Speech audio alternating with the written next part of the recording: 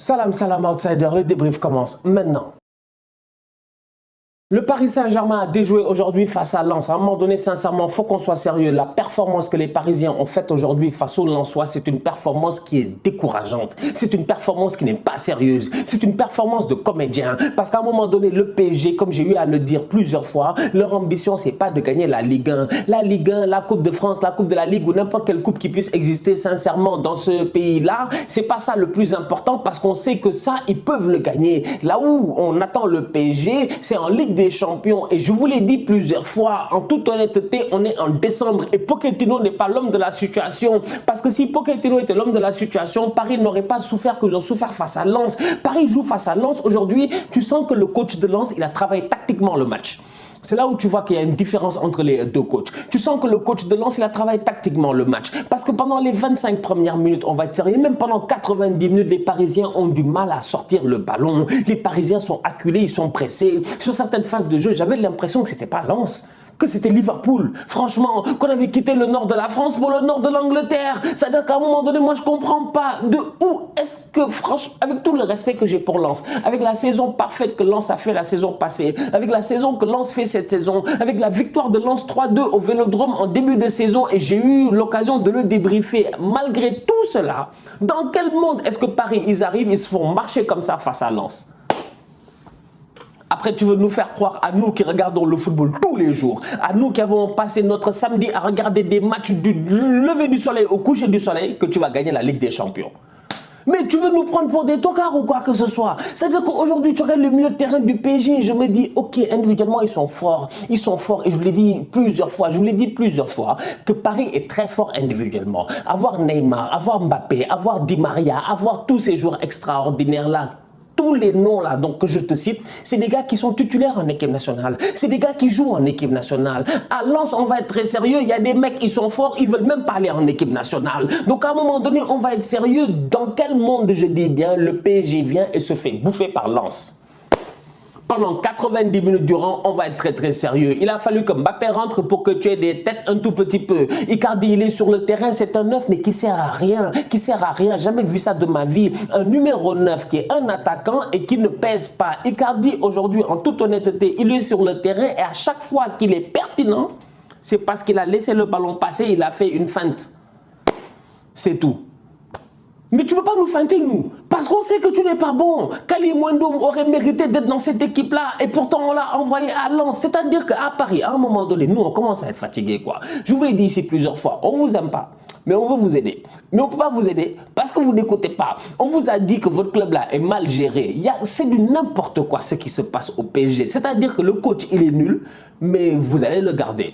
Et Leonardo, jusqu'à présent, il n'a pas parlé. Et on ne sait pas, est-ce que Leonardo, il soutient Pochettino ou il ne soutient pas Pochettino? Je ne sais pas. J'ai l'impression que les gars, ils attendent un miracle, que Zidane ou quoi que ce soit.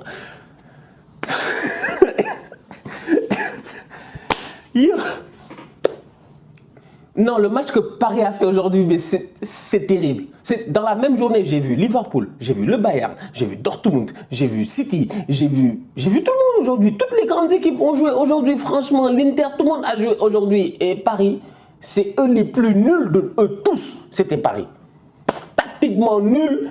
Techniquement, tu ne peux pas dire qu'ils sont nuls parce qu'ils sont forts et c'est ça qui les sauve en fin de match. Je vous l'ai dit ici plusieurs fois, Paris peut continuer à gagner des matchs comme ça à gauche et à droite sans aucun problème, échapper à la défaite et tout ça. Parce que tu sais qu'en fin de match, Messi aurait craqué. Je suis sur le point de craquer. Messi aurait claqué un coup franc, c'était 2-1. Messi marque le coup franc, c'est 2-1. Après, on dit quoi? Ouais, le PSG, non, vous êtes nuls. Franchement, mais les gars, soyez sérieux quand même. Vous voulez gagner la Champions League. Come on, guys. Aucun circuit de passe intéressant, aucun jeu qui se crée. C'est-à-dire que Paris ne crée le danger que par deux. C'est-à-dire que c'est en duo. C'est en duo ou en trio. C'est en duo ou en trio. C'est-à-dire que c'est Messi et Verratti, ils décident de faire 1-2 jusqu'au but. C'est-à-dire que c'est Messi, il décide de jouer avec Mbappé jusqu'au but. C'est-à-dire que c'est juste en duo que vous faites de danger. Comment voulez-vous, aujourd'hui, je dis bien, compétir face à des adversaires que vous savez sont 20 fois plus forts que Lens, en sachant pertinemment que tu ne peux pas, je dis bien, jouer 90 minutes avec 2 joueurs. C'est pas possible. Paris n'est dangereux sur des phases offensives que par rapport à 2 joueurs ou à 3 joueurs. Mais le collectif, il sert à quoi? Il sert à quoi? Les gars qui font des appels pour distraire les autres, ils sont où?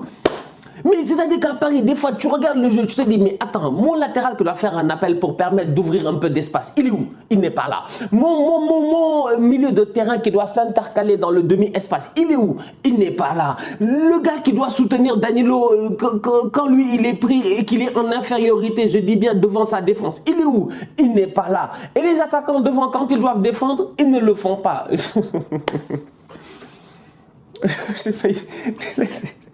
C'est ce qu'on fait. Dans mon pays, quand tu es petit et que tu fais une bêtise, on fait ça. On dit, tu vas voir. Parce que là, franchement, vous faites des bêtises, là, les gars. Vous faites des bêtises. Vous faites que des bêtises. J'étais choqué. J'étais choqué. J'ai dit que j'avais le match de Paris, j'avais le match du Real en même temps.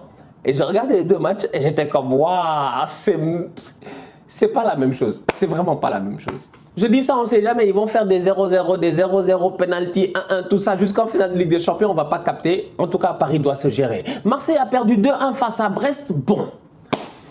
Après avoir tapé sur les Parisiens, il faut venir taper sur les Marseillais. Quand tu as l'occasion de tuer un match, tue le match. Quand tu as l'occasion de tuer un match, tue un match. Aujourd'hui, sincèrement, Marseille mène le score 1-0, il n'y a pas de problème. Gerson, enfin, il commence à se gérer, il enchaîne les buts. Et même Gerson, aujourd'hui, il doit claquer un doublé normalement parce qu'il y a un but qui doit rentrer, il y a le 2-2 qui doit être là. Mais à un moment donné, sincèrement, on va être sérieux. Malgré l'égalisation de Brest, Marseille peut prendre l'ascendant.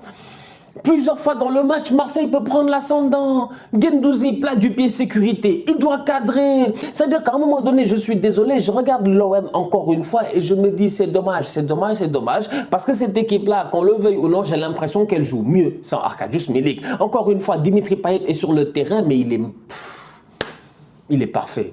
Il est lunaire, Payet. Payet, Mister Talonnade. C'est-à-dire que lui, il récupère les ballons, il fait des roulettes et des talonnades. Il sait faire que ça. Envoyer les gars en profondeur, il sait faire que ça. Payet, en tant que tel, dans cette position de faux neuf, de meneur de jeu, il est juste sensationnel. Il redescend très bas, il construit le jeu.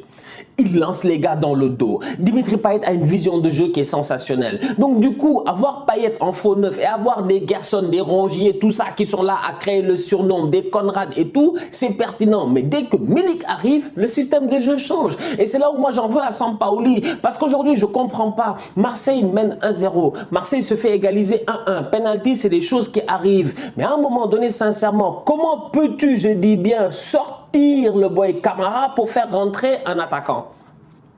I am trying to understand. Je comprends pas. Franchement, Sampaoli, j'ai pas capté. J'ai pas capté le changement de Sampaoli et le changement de Sampaoli n'était pas pertinent. Parce qu'à un moment donné, sincèrement, à la minute où Camara sort, mais tu es foutu. Tu es foutu. Guendouzi, c'est le boy qui pousse le plus sur le terrain. C'est un des boys avec le volume de jeu le plus signifiant sur le terrain. Donc Guendouzi, à un moment donné, si tu le laisses seul au milieu de terrain, le pauvre, il est cramé. Et ça s'est vu en fin de match qu'il était cramé. Parce que les replis défensifs, il ne pouvait plus les faire. Tu sors Camara, tu fais rentrer, je dis bien, Milik. Tu n'as que des attaquants en haut. Donc du coup, c'est qui redescend? C'est Payet. Donc tu te retrouves avec un double pivot, Payet, Guendouzi. Il niaise.